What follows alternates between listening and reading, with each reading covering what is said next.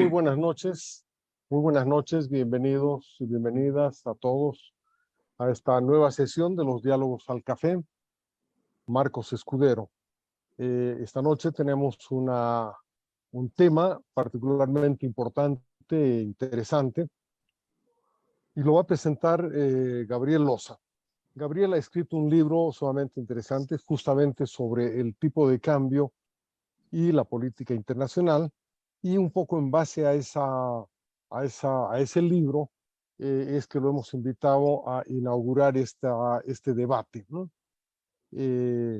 Gabriel ha sido ministro de Planeamiento y también ha sido presidente del Banco Central de Bolivia durante una temporada bajo el gobierno de Evo Morales, de manera que su experiencia es bastante reciente.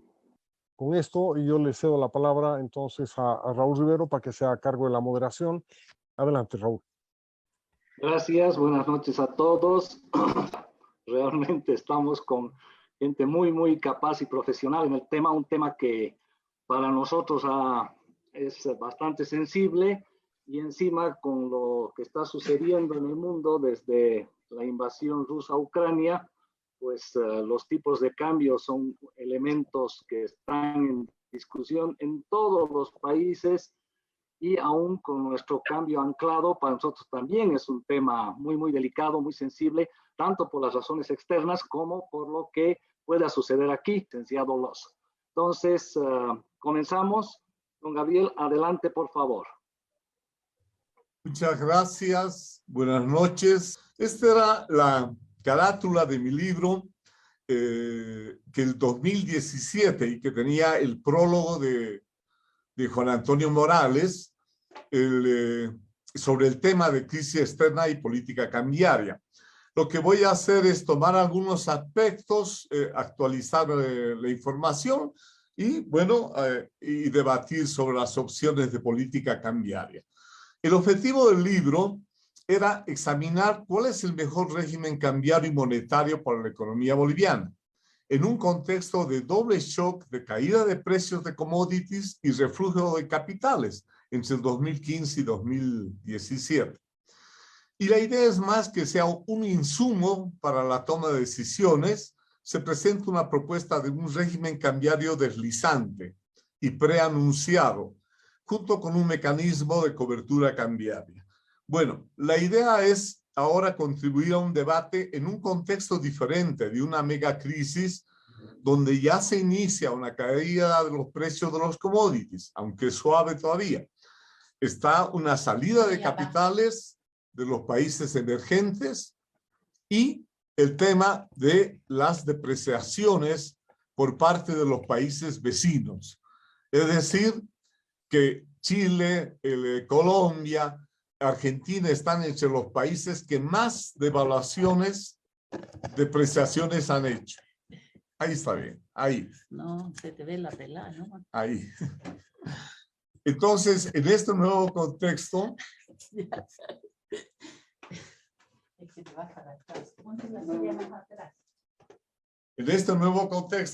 quiero presentarles un esquema, un contenido de las siguientes características. Brevemente, lo que fue el shock externo que inició el trabajo, la megacrisis actual, una breve explicación contable y macro para el tema, y sobre todo ver las opciones de regímenes monetarios y cambiarios, el problema del ajuste externo, y al final la propuesta que ahora viene como pregunta, ya no es como una propuesta directa como la que era.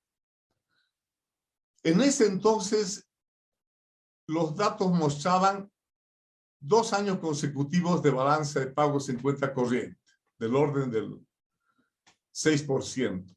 2 años de disminuciones consecutivas de reserva, 2.000, 3.000 millones, 5.000 en total. 3 años consecutivos de déficit fiscales, ya del torno del 6.9, 6.5.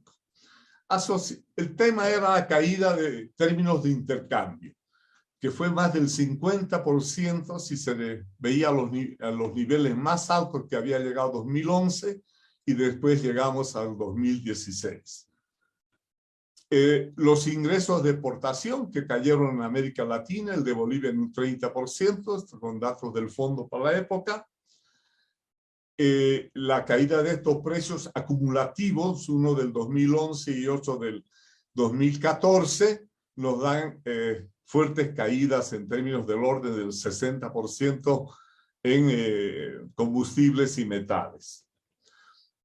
Lo que más nos preocupa es en ese entonces el principal producto de exportación, más del 50% de las exportaciones, la caída de los precios del petróleo, del orden del 70%, de $105 a $31. Después se fue un pequeño proceso de recuperación.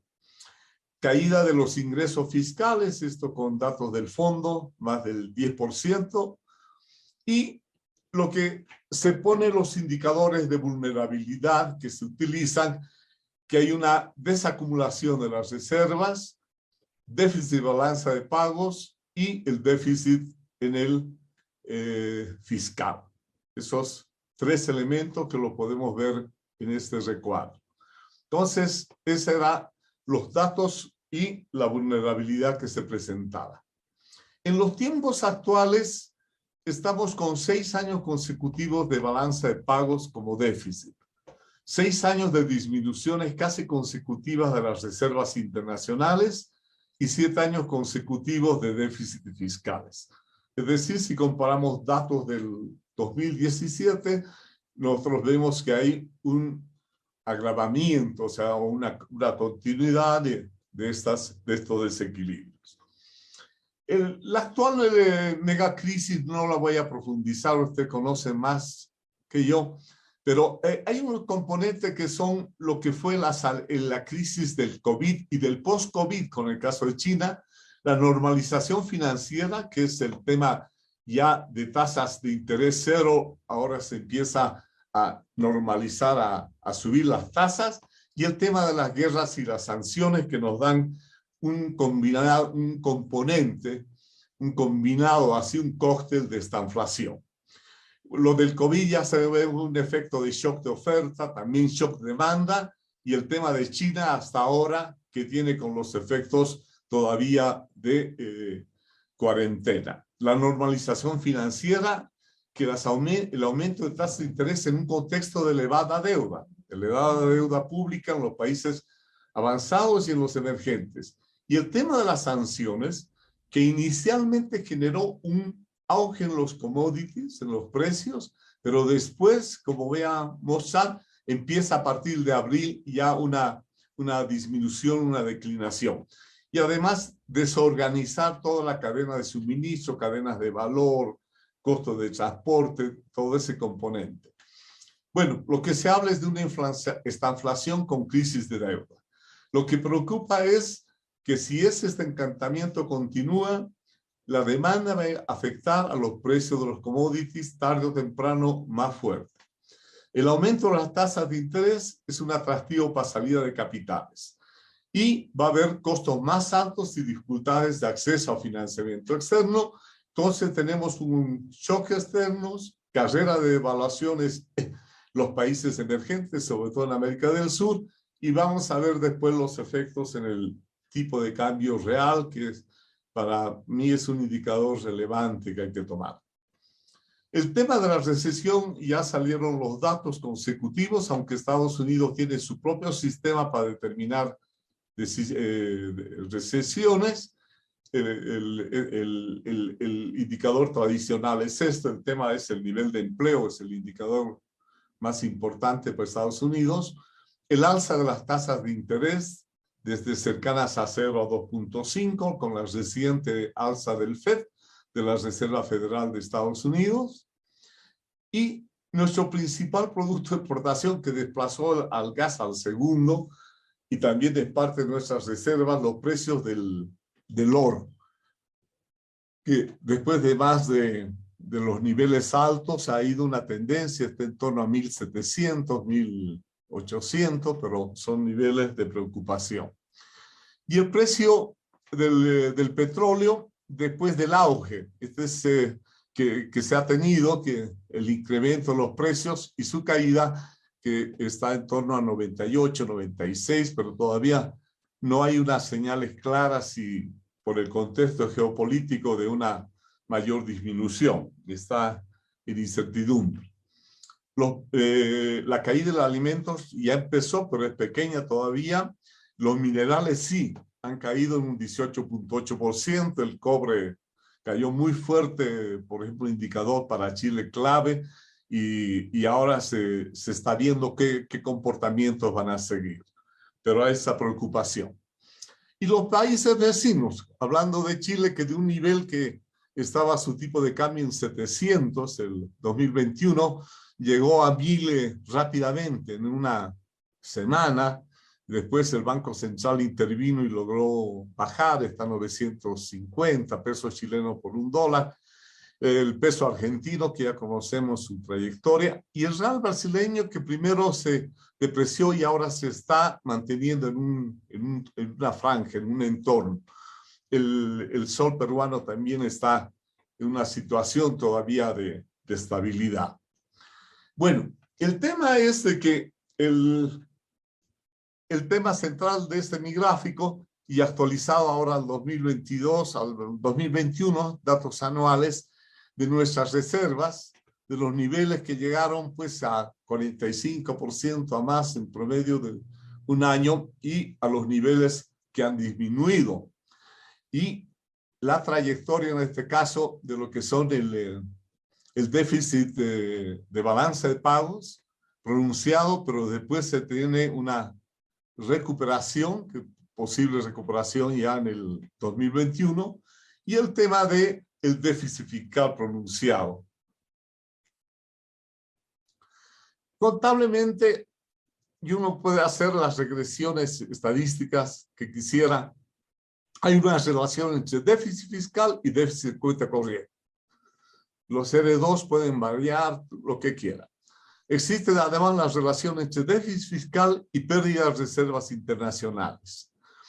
Pero ahora, si bien una relación entre la disminución de las reservas internacionales con el déficit en cuenta corriente del balance de pagos, adicionalmente hay otros factores que son la salida de capitales, lo que se llaman después otro capital, entre comillas, en balance de pagos y errores y omisiones, que influyen. Actualmente, el problema no sería el de balanza comercial como un tema central. La balanza comercial a dato de junio que salió hoy día, el saldo registró un superávit de más de $1.200 millones, superior en 32% al mismo periodo del año pasado. Este déficit es una buena noticia en un contexto, por supuesto, de crisis a nivel internacional.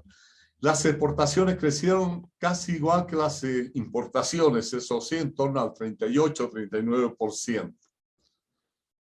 Con datos del Banco Central al primer trimestre de este año, la balanza de pagos en cuenta corriente muestra un superávit de 0.6% del PIB. En todo caso, la tendencia es esta y uno puede ir viendo cómo está esta recuperación de la balanza de pagos en cuenta corriente. Según el Banco Central, los indicadores que toma sobre la adecuación de las reservas internacionales nos muestra 10.5% del PIB al 31 de marzo, 4.8 meses de importaciones con el nivel de más o menos 3 meses, y otros indicadores con relación, por ejemplo, al tema de las reservas con respecto a la deuda privada de corto plazo, que es un indicador bien relevante. En este caso estamos todavía, es un buen indicador el que se tiene. A marzo hay un indicador que es la posición de inversión internacional. Hasta el 2017, cuando todavía presenté mi trabajo de la crisis externa, este indicador era positivo, pero había disminuido. Es decir, Bolivia era acreedor, era por encima del 5% del PIB, pero después bajó hasta equilibrarse, pero ahora se asentó como posición ahora deudora. y este nivel llega a 16.5% del PIB en el 2021. Y a marzo del 2022, 16.5. Uno de los indicadores que siempre seguía desde mi época de funcionario del banco, cuando Javier Comboni era el gerente de estudios económicos, era el aumento de transferencias al exterior, las que se hace a través del Banco Central. Venían del exterior y al exterior, este es el indicador.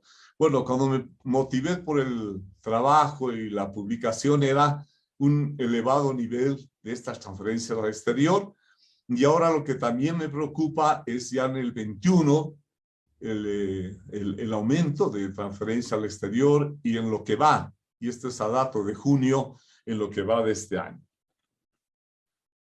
Entre las opciones, en realidad lo que el libro, los que no lo han leído, por supuesto, les sugiero, pero el tema que estoy presentando muy sintético, hay una relación entre regímenes monetarios y regímenes cambiarios. Entonces, no se puede decir cambiemos de régimen cambiario sin analizar el régimen monetario. Obviamente que el énfasis que le estamos dando más es en el tema del régimen cambiario. Lo que sí hay una combinación diversa de los regímenes a nivel mundial entre países. El número de países, por ejemplo, que tienen flotación libre, hay que actualizar obviamente los datos, pero esa era la tendencia. No son más el 15 o 20% de flotación libre. Y eso de flotación libre, estrictamente libre, Chile, por ejemplo, que era libre, ha tenido que intervenir su mercado recientemente. Y flotación administrada hay un fuerte componente, todos y de regímenes intermedios, y el tema también de los países que tienen un tipo de cambio fijo, de paridad fija. Pero por el tema de los regímenes monetarios, en el caso de Bolivia es un régimen que se va arrastrando años, y eso viene desde mucho antes, es basado en agregados monetarios. Los otros países utilizan metas de inflación y es a través de la tasa de interés que es la forma de hacer su política monetaria. Nosotros nos basamos en agregados monetarios y en una variable más relevante que vamos a ver es el crédito interno neto del Banco Central. Pero en el caso boliviano también hay un tema con lo que se llama los regímenes con ancla cambiaria. ¿Eso qué quiere decir? Formalmente es un régimen, el de Bolivia, monetario basado en agregado monetario con la fijación como meta intermedia del crédito interno. Pero en la práctica, el tipo de cambio fijo actúa como ancla nominal. ¿Qué quiere decir? Solo fijando el crédito interno neto no se alcanzaría el nivel esperado de inflación, puesto que este nivel sería otro si se mueve el tipo de cambio. Entonces hay una mezcla de un régimen mixto en lo que es basado en agregados monetarios y también como ancla nominal. Y este es el tema de fondo, el ancla. El tipo de cambio fijo es como ancla. Y la preocupación es quién levanta el ancla o cómo se levanta, cómo hacerlo, levantar ese ancla. Las opciones están, hay un menú, desde los fijos a los de la flotación, los intermedios. Bolivia ha tenido hasta el 2005 claramente el crawling peg flexible y ha tenido su funcionamiento, ha tenido su éxito, ha tenido su papel. El tema es el ajuste externo, se hace vía reservas o vía tipo de cambio. Son los mecanismos. Y bueno, hay indicadores. ¿Cuán elástica es la cuenta corriente, por ejemplo, a variaciones del tipo de cambio efectivo real? No del nominal, sino del real. ¿Quiénes son más flexibles o menos flexibles? En realidad depende, no se puede dar una receta de que movemos tipo de cambio y se equilibra la cuenta corriente. Depende, por tanto, de esa flexibilidad. El tema del ajuste, se habla de ajuste vía ingresos y vía composición del gasto. En general, los estudios señalan que las importaciones, en lugar de los volúmenes de exportación, parecen llevar el peso del ajuste. La flexibilidad cambiaria parece desempeñar un importante papel como amortiguador cuando hay auges, pero menos en caídas de términos de intercambio. Los países tienden a utilizar herramientas de acumulación y desacumulación de reservas para mitigar los grandes cambios en términos shocks de términos de intercambio. En general se dice de que los regímenes de tipo de cambio flexible reducen los costos de ajuste. Y es la reducción de la demanda interna que es previsible, necesaria para mejorar la cuenta externa, que es la forma que se maneja. Por ejemplo, en los regímenes de tipo de cambio, la diferencia es un punto porcentual, cerca de un punto porcentual, y en el otro 2%. Entonces, serían más adecuados para ajustarse los regímenes de tipo de cambio flexible. Solamente quiero citar un reciente trabajo de mayo del 2022, que es de Carlos Bruno Delgadillo, en la revista de la Católica del Instituto de Investigaciones. Está publicado recientemente. Y él hace un recuento de todos los trabajos que se hicieron sobre el efecto del tipo de cambio en la balanza comercial.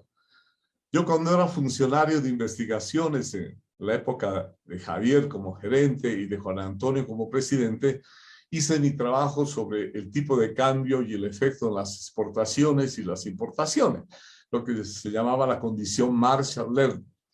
Bueno, los trabajos y el reciente en general, la mayoría de los trabajos dicen que tiene poco efecto en la balanza comercial en el largo plazo.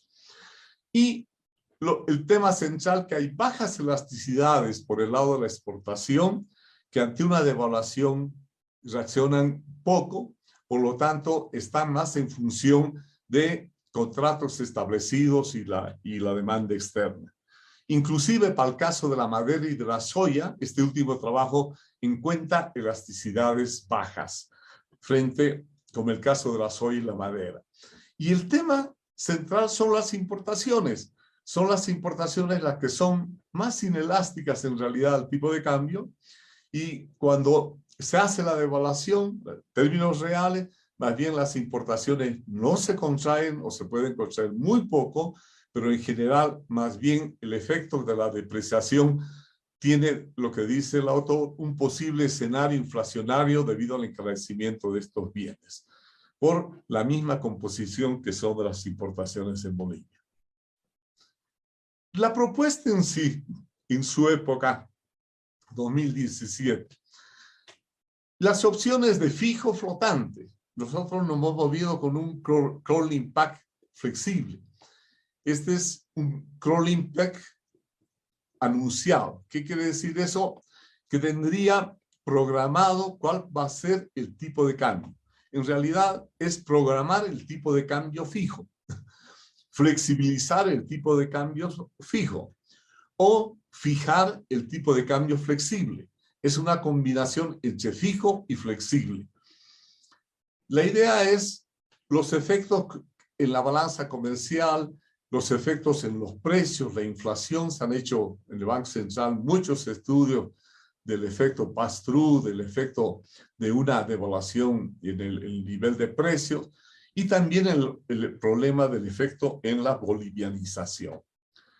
En el tema de preocupación, volviendo al principio, es el índice del tipo de cambio efectivo real que calcula el Banco Central, que es una información que lo podemos tener en su hoja semanal que sale, es un indicador, y nos está mostrando que la apreciación, por supuesto que nuestro tipo de cambio real está apreciado, y los niveles, por ejemplo, comparado con el nivel de 2014, ha continuado esa apreciación hasta los niveles de llegar a 60% a junio de este año. Y por el otro lado tenemos lo que ha sido la disminución de las reservas. Entonces, de los niveles que teníamos el nivel del 10 de julio de 4.219 millones según el Banco Central. En la propuesta se pone como referencia este tipo de cambio real efectivo a la que habría que aproximarse a su nivel de equilibrio. ¿Pero qué nivel de equilibrio? 100 comparado con 60, o lo que yo postulo que el 2014, que fue el año de equilibrio de la balanza de pagos, antes de los déficits, el nivel era de 75. Por lo tanto, tomar como referencia de base el 2014. Esa era la propuesta. Y aproximarse gradualmente a este nivel. Esta era una simulación tan simple de decir que en 2 años, si moviéramos lo que antes en Bolivia era una depreciación mensual con el régimen del crawling peg del 0,5% de depreciación mensual, que era el que antes del 2006 se efectuaba en promedio, las mini devaluaciones. Si aplicáramos así ese promedio de disminución mensual, en 2 años el nivel al que podríamos alcanzar gradualmente. En realidad, fijábamos el tipo de cambio a una fecha que íbamos a alcanzar, a diciembre de 2018, a diciembre de 2019. Entonces, es un referencial para movernos. ¿Cuál es la idea? Los efectos en la inflación, los estudios del Banco Central nos decía que un 10% de evaluación transmitiría en un 2,5% de crecimientos en los precios, por ejemplo, a lo largo de un año, y después son de primera vuelta y de segunda vuelta, hay varios efectos, pero hay una idea entre devaluación y de inflación. El efecto en la bolivianización, que es el que más preocupa, porque en el periodo de alta dolarización que tuvimos, entonces, a partir, por ejemplo, del 2008, con un nivel del tipo de cambio que fue apreciándose y después se dejó fijo de 6,96, se ve cómo ha sido el comportamiento de los depósitos y de la cartera en términos de moneda nacional con relación al total. En la cartera estamos casi al 100% en moneda nacional, los préstamos, y en depósitos se ha mantenido en 85% el formal en el sistema financiero. En esa propuesta era muy humilde porque decía, no debe esperarse que van a corregirse la balanza comercial inmediatamente ni que aumente efectos en el crecimiento.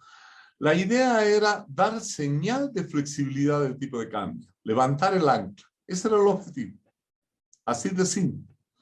Ahora, tenía efectos colaterales. En YPFB, como tenía más ingresos en las empresas estatales, en esa época éramos exportadores netos de combustible, ahora estamos pensando a ser importadores netos, por lo tanto los efectos van a ser más diversos.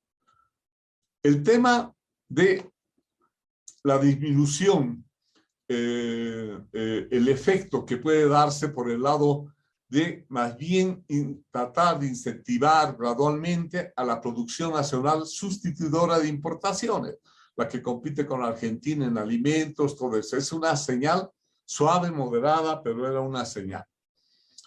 Eso sí, hay otro problema de fondo que es el problema de la coordinación política cambiaria con la monetaria, porque el problema fundamental es el diferencial de tasas de interés entre la tasa de interés nacional y las tasas internacionales. Y mientras subsiste y se amplíe este diferencial, aumentará la salida de capitales. Por lo tanto, es un tema además de política monetaria de tasas de interés.